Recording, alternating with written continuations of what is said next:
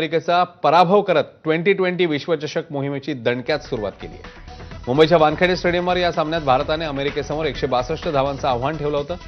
या आव्हानाचा पाठलाग करताना अमेरिकेला 8 131 धावांचीच मजल मारता आली, त्यामुळे भारताने हा सामना जिंकलेला आहे। ऐनवेळी संघात एंट्री मिळालेल्या मोहम्मद सिराजने प्रभावी मारा करत 2 फलंदाजांना माघारी धाडलं, तर उपकर्णधार अक्षर पटेलने देखील 2 विकेट्स घेत मोलाचं योगदान दिलेलं पाहायला मिळतं।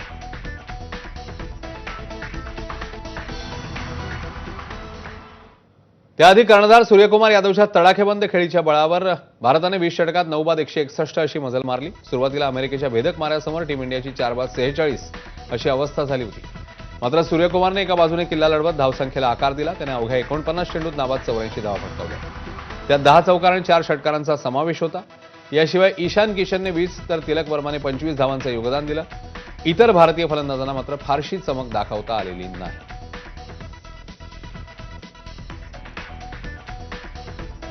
अधिक बोलण्यासाठी आपल्यासोबत आहेत आपले प्रतिनिधी विजय साळवी। विजय, बॅटिंग करताना थोडंसं टेन्शन दिलं होतं अमेरिकेने, पण आता बॉलर्सनी आपल्या नेहमीप्रमाणे सफाईदार कामगिरी करत विजय साकारलाय। विजय, अश्विन, असं जरी असलं तरी जीव भांड्यात पडलाय असं म्हणायला हवं।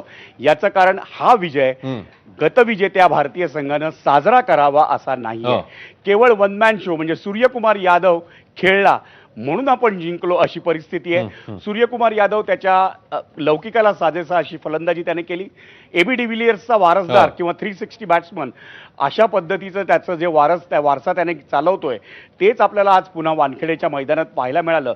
पण तो सूर्यकुमार यादव 6व्या षटकात फलंदाजीला मैदानात जेव्हा उतरला अश्विन, तेव्हा ईशान किशन परतला होता। 2 बाद 45 धावसंख्या होती। त्याच षटकात आणखी 2 फलंदाज माघारी परतले म्हणजे 4 बाद 46 झालं।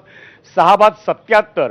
एका बाजूने एक फलंदाज माघारी परतत होते, पण सूर्यकुमार उभा राहिला, खिंड लढवली आणि नंतर आपल्या लौकिकाला साजेसा म्हणजे 360 डिग्रीमध्ये फटकेबाजी करून त्यानं भारताला 9 बाद 161 धावांची मजल मारून दिली आणि ती भारतासाठी निर्णायक ठरली।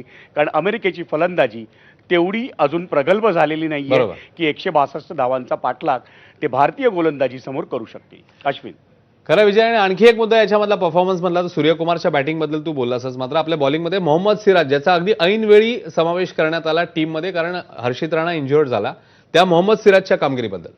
मोहम्मद सिराजची कामगिरी त्या अर्थानं खरंच उजवी म्हणायला हवी आपल्याला। याचं कारण 24 तास आधी त्याला समजतं की मी विश्वचषकाच्या संघात येणार आहे आणि विश्वचषकाच्या संघात आल्यानंतर तो ज्या त्वेषानं ज्या पोटतिडकीनं गोलंदाजी करतो ना, असा गोलंदाज ॲग्रेसिव्ह आक्रमक वृत्तीचा आपल्याला हवाच होता। आणि जसप्रीत बुमरासारखा गोलंदाज जो कोणत्याही फलंदाजाला कापरं भरवू शकतो, असा गोलंदाज जेव्हा संघात नसेल तेव्हा जर मोहम्मद सिराज असेल तर त्या संघाचं बळ आणखी वाढतं। अश्विन, खरं त्याच्यामुळे मोहम्मद सिराजने आल्या आल्या परफॉर्मन्स करून दाखवलेला आणि भारताने हा विजय साकारलेला आहे। धन्यवाद विजय या सगळ्या माहितीबद्दल।